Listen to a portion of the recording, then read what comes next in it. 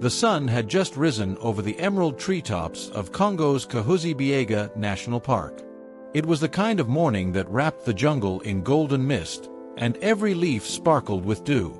Maya, a 27-year-old wildlife ranger, zipped her jacket and stepped into the humid air for her solo morning patrol. The calls of hornbills echoed above, and the muddy trail beneath her boots was still soft from last night's rain. Her assignment was routine: check the area near the southern ridge where gorilla tracks had been reported. But this morning, something far from routine was waiting. Something unforgettable. As Maya adjusted her binoculars, a rustle behind her made her freeze. Her heart jumped. Slowly turning, her eyes widened. Just a few feet away stood a fully grown female mountain gorilla, her black fur glistening with moisture. But she wasn't threatening. Her body language was calm, her breathing fast but not aggressive. And then something happened Maya would never forget.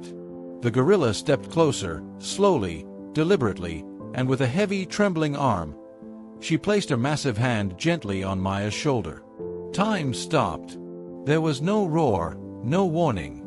Just a soft, sorrowful grunt and a look in her eyes that Maya instantly understood. Not fear, but desperation. The gorilla looked over her shoulder, then back at Maya, as if begging her to follow. Maya whispered under her breath, "What's wrong, girl?" Her voice shook. But without a second thought, she began to follow. The gorilla moved fast but kept glancing back to make sure Maya was behind her. They pushed through thick underbrush, climbed over twisted roots, and slid down a slope of wet clay. After nearly 15 minutes of navigating through dense forest, the mother gorilla came to a sudden stop. And there it was. In a patch of flattened grass, her cub, tangled in barbed wire, crying softly. The baby gorilla was no more than a few months old, and its tiny arms and legs were caught in the rusted metal, small streaks of blood marking its fur. Its breaths were shallow, its eyes wild with pain. The mother gorilla knelt beside her baby, then looked to Maya, grunting softly. Maya's chest tightened. "Oh no, baby, it's okay, I'm here," she whispered, dropping to her knees. Her hands reached for her emergency pouch, pulling out wire cutters, antiseptic, and cloth strips. But before she began, she looked up, into the mother gorilla's eyes. No growl, no resistance, just trust. Years ago, Maya had rescued this very gorilla from an illegal snare and nursed her back to health. The faded scar on the gorilla's left shoulder was proof. Now, the animal had come back, not for herself, but for her child. Maya took a deep breath. "Stay calm, little one," she whispered, and with steady hands, she began cutting the barbed wire. The metal resisted. Each snip had to be precise to avoid cutting the baby.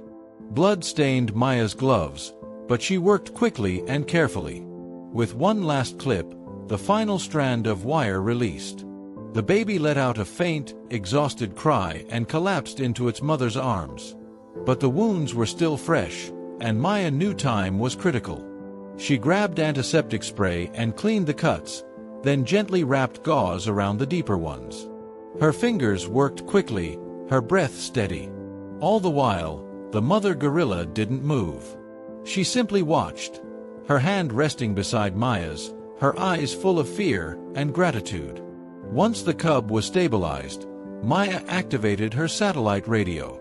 "This is Ranger Maya, Sector 5B, she said urgently. "Baby gorilla rescued from barbed wire. Injuries stabilized. Requesting backup and vet assistance now." The reply crackled back within seconds. "Copy that, Ranger. Help en route. ETA 20 minutes. Maya sighed with relief. She looked at the mother gorilla. "They're coming. He's going to be okay." The cub whimpered again, but now it was different. No longer panic, but pain softening into rest. 10 minutes later, Maya heard voices and footsteps in the distance. She stood and waved her hand. "Over here," she called. 3 team members appeared, 2 vets and 1 field medic. As they approached, Maya raised her hand, signaling them to stop. "She trusts me. Move slowly." The team nodded. They approached with care, and Maya explained the injuries, pointing out the cleaned wounds and the barbed wire remnants. The baby was lifted gently into a padded stretcher, carefully held in place as one vet began 4 fluids and a pain relief shot. Then something no one expected happened. The mother gorilla walked beside the stretcher, step for step. She didn't interfere, but she stayed close, like a shadow. They moved the baby and mother into the mobile unit that had just arrived. The baby was placed inside a soft recovery pod, while the mother was gently guided into a transport crate lined with fresh leaves and fruit. On the way back, Maya sat beside the pod, watching the cub's breathing become steady. She felt the ache in her shoulders but also the fire in her heart. They reached the wildlife rehab center before nightfall. Vets immediately began further treatment, dressing the wounds, checking for fever, and administering antibiotics. The mother gorilla waited nearby, her head resting against the glass, watching silently. Maya checked in every hour. She brought bananas, changed gauze, and sat by the incubator. And every time she looked up, the mother was watching her too. On the 4th morning, the baby sat up on its own. Maya smiled through tears. Later that day, the team reunited the mother and cub inside a quiet, enclosed habitat. The baby crawled clumsily into her arms, and she wrapped him in the safety of her embrace. It was a moment no one filmed, but no one would ever forget.